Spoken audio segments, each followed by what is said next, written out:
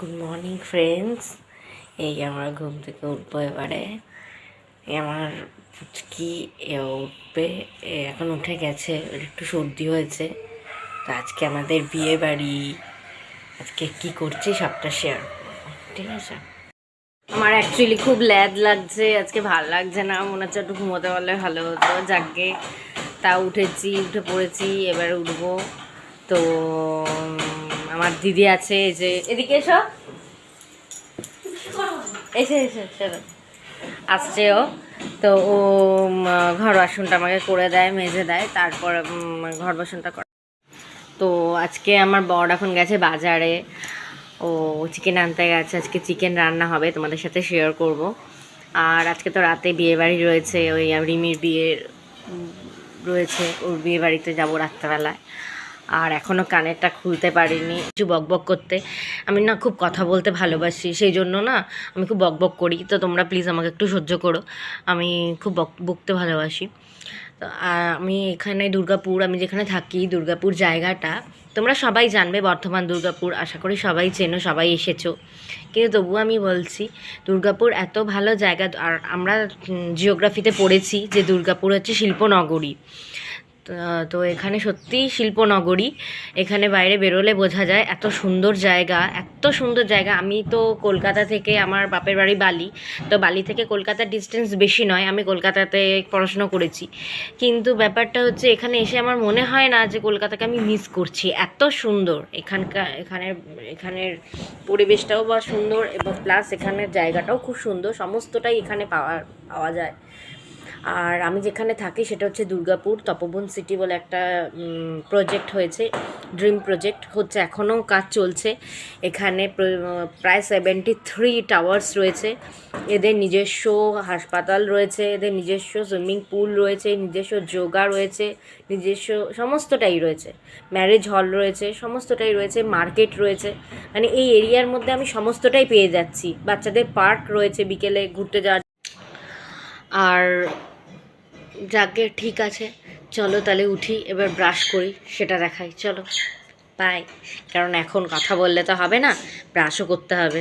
অনেক কথা বলে ফেললাম তোমাদের সাথে, এবার একটু ব্রাশ করি। এটা হচ্ছে আমার বেসিন, এবারে আমি এখন ব্রাশ করব। রুটি আর আলুর তরকারি করে রেখেছি, এবারে আমরা সেটাকে খাবো। এখন আমি খাচ্ছি, খেয়ে চিকেনটা রান্না করবো, তারপর তোমাদের সাথে শেয়ার করবো, ঠিক আছে? চলে এসেছি ফ্রেন্ডস, এবারে আমি ভাত বসাবো, তারপরে চিকেনটা করব। তো ভাত বসাচ্ছি। এই যে আমার মেয়ে, ও বসে আছে, জল খাচ্ছে, খাবার খেলো। চাল নিয়ে নিচ্ছি।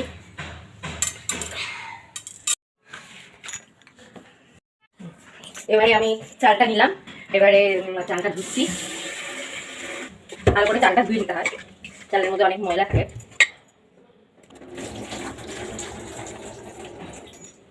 আমি রান্নাবান্না একদমই জানি না বলতে গেলেই চলে, রান্না আমি খুব ভালো নই, কিন্তু আমি শ্বশুরবাড়ি গিয়ে শাশুড়ি ননদ ওদের থেকে রান্নাবান্না শিখেছি, যেটুকু শিখেছি।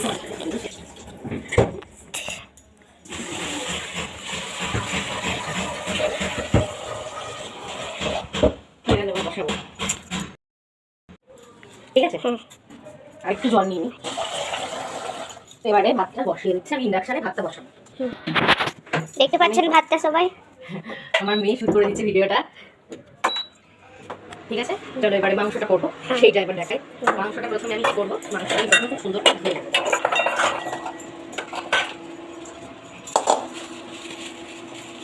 এই যে আমাদের মাংস বাবা এনেছে, দেখতে পাচ্ছেন এই মাংসগুলো আমার বাবা এনেছে। এই মাংস এনেছে, এবার এটাকে আমরা দিয়ে নেব। হ্যাঁ, মাংস ধুতে হয়, নয় আমরা খেতে পারি না। মাংস ধুলে মা, মাংস ধুলে হয়ে গেছে। তুমি বলো কি হবে? তুই বল তো যেটা বলতে চাইছে। ও খুব বলতে ভালোবাসে, কথাটাই শুনুন। মাংসটা ভালো করে ধুয়ে নিলাম, অলরেডি ধুয়ে এনেছে, তবুও আমি ভালো করে তো ওই যে ধুয়ে নিলাম। ধুয়ে ভালো করে যদি আমরা এই মাংসটা আমি একটু দই দিয়ে ম্যারিনেট করে নেবো, ঠিক আছে? অল্প দই, মোটামুটি দই দিলাম। দই দিলে ম্যারিনেট করলে চিকেন এমনিতেই নরম, দই দিয়ে ম্যারিনেট না করলেও চলে, এটা করলে ভালো লাগে। এটা ম্যারিনেট করে রেখে দেবো। আমি হাতটা ধুয়ে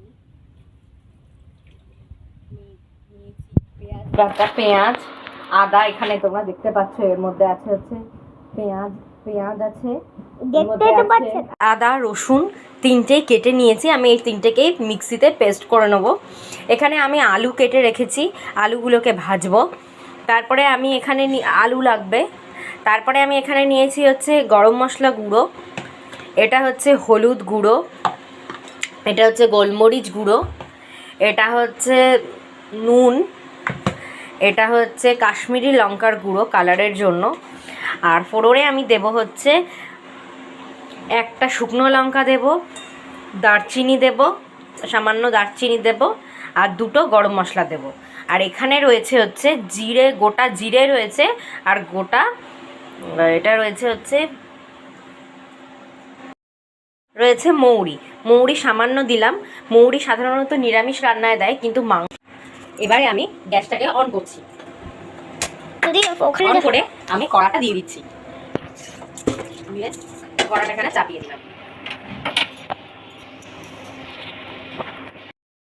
এরপর আমি আলু দিয়ে দেবো, আলুগুলো দিয়ে দেবো, যে কটা আলু খাবো ঠিক গুলোগুলোই দেবো।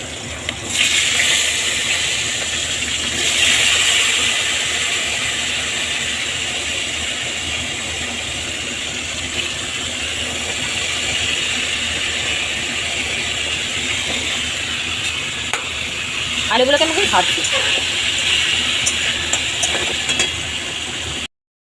আলুগুলোকে একটু লাল লাল করে ভেজে নেব।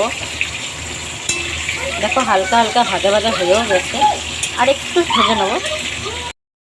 এখানে গরম জল হচ্ছে, মাংসে আমি ঝোলটা যেটা করব গরম জল দেব। আর এখানে আমি মাংস আর আলুটা দিয়ে দিয়েছি মশলা কষিয়ে। এবার এটাকে আমি কষাচ্ছি সুন্দর করে, কষানো হয়ে যাক। তারপরে আমি এখানে জল দেবো।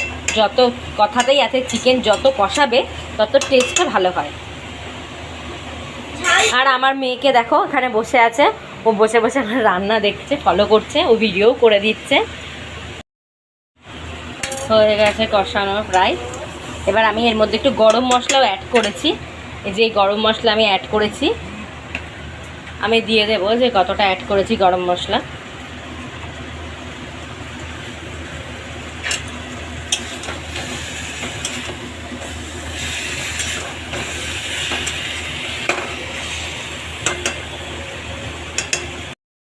এবার এখানে আমি যে গরম জল করেছি, এই গরম জলটা আমি এখানে দিয়ে দেবো।